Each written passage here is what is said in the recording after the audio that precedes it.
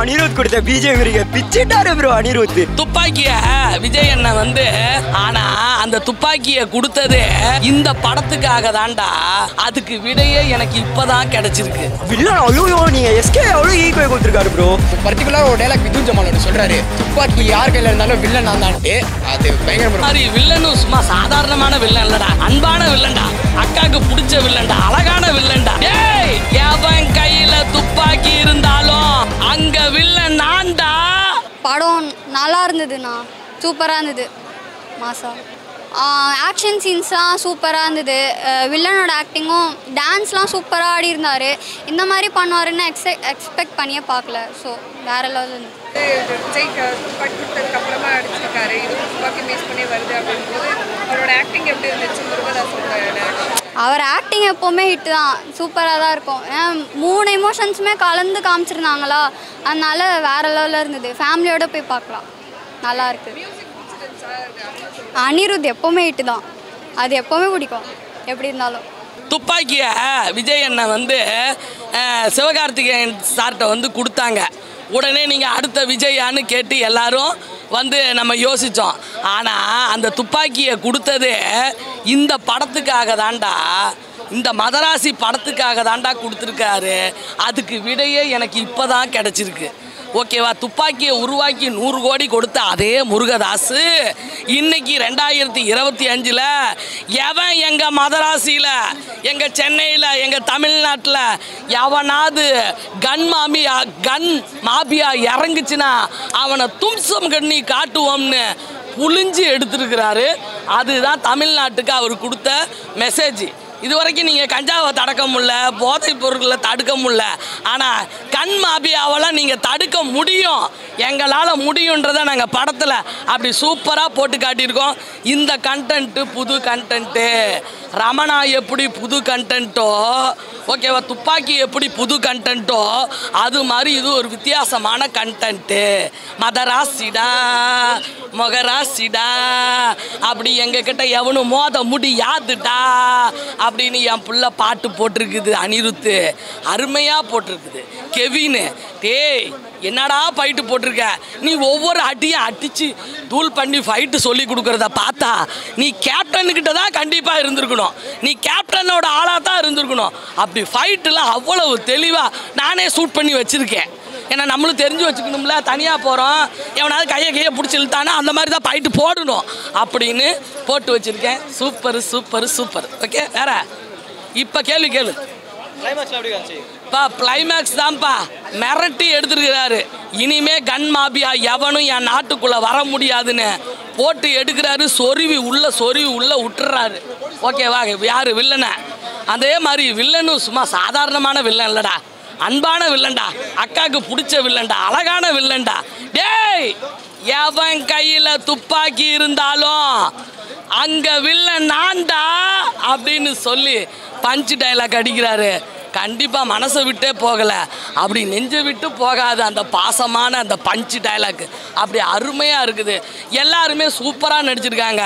இதில் வில்லனும் முருகதாஸும் நம்ம சிவகார்த்திகேயன் தான் சூப்பராக பண்ணியிருக்காங்க. அருமை பெருமை. ஓகேவா? வேற டேய் என்னடா பெரிய காமெடி, எங்க சிவா மட்டும் அப்நார்மலா இருந்தா அவரு தான்டா காமெடி, நார்மலா இருந்தா தான்டா அவரு கதாநாயகன். போடுடா போ, இனிமே எந்த காமெடியனும் எங்க சிவாவுக்கு வேணாம். ஓகேவா? அதுக்கு தான் நாங்கள் துப்பாக்கியை கொடுத்துட்டோம், அந்த துப்பாக்கியை முடிச்சும் விட்டுட்டோம். ஓகே, வேற சூப்பராக கேள்வி கேட்டேன். ஃபர்ஸ்ட் ஹாஃப் கொஞ்சம் ஸ்லோவாக இருந்த மாதிரி இருந்துச்சு. அது வந்து ஹீரோயின் பிளாக்ன்றனால அது அப்படி தான் இருக்கும். பட் அந்த இன்டர்மிஷன்லேருந்து எப்போ அந்த கதைன்னு ஸ்டார்ட் ஆகுதோ அது எல்லாமே நல்லா இருந்தது. ப்ளஸ் ஒரு சீன் கூட இது எக்ஸ்ட்ரா வச்சுருக்காங்க, எடுத்துருக்கலாம், அந்த மாதிரி எதுவுமே இல்லை. எல்லாமே நல்லா இருந்துச்சு, எல்லா சீனுமே நல்லா இருந்துச்சு. எல்லாருமே பார்க்கலாம், நோ ப்ராப்ளம். இல்லை அப்படி பார்த்தா ஆமாம், அவங்களுக்கு ஏதாவது அப்படி பார்த்தா நான் என் தங்கச்சி இத்தினூண்டு தான் கூட்டிகிட்டு வந்திருக்கேன் அப்படின்னும்போது இல்லை எல்லாருமே பார்க்கலாம், எல்லாருமே தெரிஞ்சுக்க வேண்டிய விஷயம் தான். ப்ளஸ் ஃபைட் ரொம்ப இதுவாக இருக்குது அப்படிலாம் இல்லை, ஃபைட்ஸ் இருக்குது, பிளட் இருக்குது, அப்படி இருக்குது. ஆனால் பார்க்க வேண்டாம் அந்த மாதிரி. 4 படம் ரிலீஸ் ஆயிருக்கு. காந்தி கண்ணாடி, மதராசி, அப்புறம் வந்து கத்தி, அப்புறம் வந்து பேட்கேர்ள்.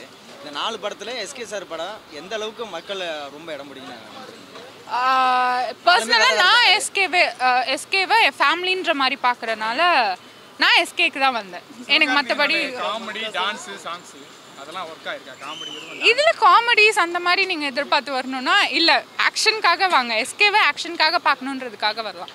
அமரனில் கொடுத்த ஆக்ஷனோட பயங்கரமாக பண்ணிட்டார் ப்ரோ. டபுள் மடங்கு இருக்கு ப்ரோ. பயங்கரமாக இருக்கு ஸ்டோரி. அவர் ஏஆர் முருகதாஸ் பயங்கரமாக கொண்டு போயிட்டாரு. அவரோட ஸ்க்ரீன் பிளே ஸ்டோரி எல்லாம் பார்க்காது. அப்புறமா அனிருத் கொடுத்த பிஜிஎம் இருக்கு பிச்சிட்டாரு ப்ரோ. அனிருத் ராசுமிகா வந்தாலும் ஜடையா வண்டினாலும் அதுக்கேற்ற மாதிரி பார்க்க மாட்டேனே, அதுக்கேற்ற மாதிரி பக்காவாக கொடுத்துருக்காரு ப்ரோ எஸ்கே. அதுக்கேற்ற மாதிரி மாலதிக்காக இது பண்ணியிருக்காரு ப்ரோ. பக்காவான படம் ப்ரோ. அதுக்கப்புறமா அந்த ஃபர்ஸ்ட் ஹாஃப் லைட்டாக ஸ்லோவாக போனால் கூட செகண்ட் இன்டர்வெல்லில் கிழிச்சிட்டாரு பக்காவாக. அனிருத் கொடுத்த பிஜிஎம் தான் அங்கே பக்காவே. செகண்ட் ஹாஃப் இருக்கு அவர் எடுக்கிற புஷ்அப்பு அந்த சொல்கிற டைலாக் ட்ரெய்லர்லேயே பார்த்துருப்பீங்க ப்ரோ. பக்காவான படம் ப்ரோ. நீங்கள் 2-3 வாட்டி பார்த்தாலும் தீராது அந்த அளவுக்கு படம். வில்லன் ஐயோ நீங்கள் எஸ்கே அவ்வளோ ஈக்குவல் கொடுத்துருக்காரு ப்ரோ.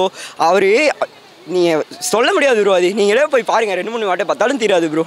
கம்பேக் இருக்குது ப்ரோ. அவர் பக்காவாக அந்த துப்பாக்கி அதுக்கு அடுத்தது துப்பாக்கி அந்த படம்லாம் நீங்களே பார்த்துருப்பீங்க. அதுக்கு அடுத்தது கொடுத்த கம்பேக்கு பக்காவான கம்பேக்கு ப்ரோ. நீங்கள் சத்தியமாக மஸ்ட்டு வாட்ச் படம் ப்ரோ. அவர் நம்ம அமரனில் பார்த்தோம் அவர் எவ்வளோ ஆக்ஷனாக நடிச்சாருன்ட்டு. அதே மாதிரி பயங்கரமாக பண்ணிட்டார் இப்போது. ஒரு விஜய் ஜமாலோட அந்த ஆக்ஷன் சீனு எல்லாமே பயங்கரமாக இருக்குது. அதோட ஒரு புஷ்அப் சீன் ஒன்று வருது ப்ரோ விஜய் ஜமால்து. அது பயங்கரமாக இருக்குது. அந்த இன்ட்ரோல் பிளாக்கை வந்து பயங்கரமாக, அதாவது ஃபர்ஸ்ட் ஆஃப் வந்து ஒரு இடத்துல கொஞ்சம் லைட்டாக ஸ்லோவாக போகிற மாதிரி இருந்தது. அது அப்படியே தூக்கி கொடுத்துருச்சு. இன்ட்ரோவல்லேருந்து தூக்கி கொடுத்துருச்சு. நம்ம அதான் முன்னாடி சொன்ன மாதிரி தான் ஏஆர் முருகதாஸ் நம்ம எப்படி ஒரு கத்தி துப்பாக்கியில் பார்த்தோமோ அதை விட கொடுத்துருக்காரு மதராசி. டைட்டிலுக்கு ஏற்ற மாதிரி படமும் நல்லா பயங்கரமாக போயிருக்குதான் ப்ரோ. அதான் ப்ரோ நம்ம அதான் அவர் அமரன்லேயே ஸ்டாராக வந்துட்டார். இப்போ இன்னும் பெரிய ஸ்டாராக மாறிட்டே வராரு. இன்னும் ஒரு பெரிய பெரிய இடத்துக்கு போகணும் அவ்வளோதான் ப்ரோ. அனிருத் வந்து இந்த படத்துக்கு ஒரு பயங்கர ப்ளஸ் ப்ரோ.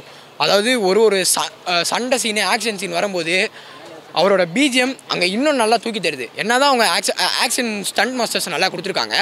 அதோட நம்ம வித்யுத் ஜமால் எஸ்கே பண்ணுற ஆக்டிங் வந்து இது ஆக்ஷன் சீன்ஸ் வந்து பயங்கரமாக ஒர்க் அவுட் ஆகிருக்கு. எல்லாம் பார்க்காத ப்ரோ.